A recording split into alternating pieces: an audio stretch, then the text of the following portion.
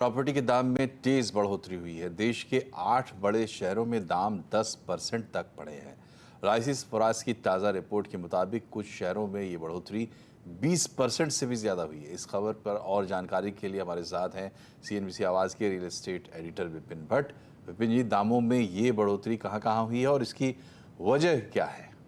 देखिए, तो ये बेसिकली 8 बड़े शहरों को रिपोर्ट रिप्रेजेंट करती है, जिसमें दिल्ली, NCR, MMR यानी कि मुंबई MMR की हम बात कर रहे हैं, बेंगलुरु, हैदराबाद, पुणे, चेन्नई, कोलकाता और अहमदाबाद, ये शहर शामिल है। और ये जो 10% है, ये एक वेटेड एवरेज है जो अलग अलग शहरों में औसत बढ़ोतरी की बात करता है। तो हम ये मान सकते हैं कि इन 8 बड़े शहरों में 10% दाम तो अक्रॉस द सेगमेंट बढ़ते हुए दिखाई दिए हैं।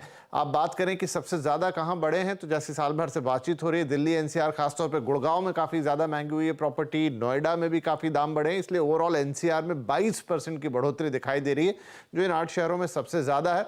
उसके बाद अगर हम बात करें तो दूसरे शहरों का नंबर आता है, मसलन चेन्नई में 14% तक प्रॉपर्टी महंगी हुई है, पुणे में 12% तक दाम बढ़े, जबकि स्टेबल रहे काफ़ी मार्केट, लेकिन वहाँ पर भी एक बढ़ोतरी होती देखी। बंगलुरु, जहाँ प्रॉपर्टी की डिमांड काफ़ी अच्छी खासी रहती है, IT सिटी है, वहाँ पर भी 10% की बढ़ोतरी देखी गई है। इसके अलावा कोलकाता की बात करें और MMR की बात करें, ये दो ऐसी जगह रही हैं जहाँ पर 5% की औसत बढ़ोतरी, खासतौर पे आश्चर्यजनक है MMR में, क्योंकि यहाँ पर भी डिमांड काफ़ी ज़्यादा है, लेकिन दाम उतने बढ़ते हुए नजर नहीं आए। जबकि अहमदाबाद जैसे शहर में भी हमने देखा है कि 7% का जंप है। अब कारण की जहां तक बात है, तो दो कारण देख सकते हैं। एक तो डेवलपर एट्रीब्यूट करते हैं कि जिस तरीके से महंगाई बढ़ी, और ये बात सही भी है कि जो मटेरियल महंगे हुए हैं, चाहे सीमेंट की बात करें, सरिये की बात करें, स्टील की बात करें, कंस्ट्रक्शन में बाकी चीज़ों की, तो एक 5% तो औसत दाम बढ़ता हुआ नजर आता है और उसके ऊपर की बढ़ोतरी भी देखने को मिलती है। और दूसरा, आप कह सकते हैं कि जिस तरह की demand through out the year देखने को मिली है, लगातार हम देख रहे हैं अलग अलग शहरों में रजिस्ट्रेशन के रिकॉर्ड बन रहे हैं,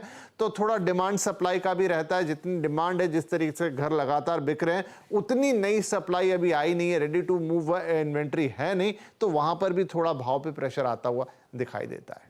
जी, तो ये है तमाम कारण। बहुत बहुत शुक्रिया आपका विपिन जी। बढ़ते हैं आगे और बात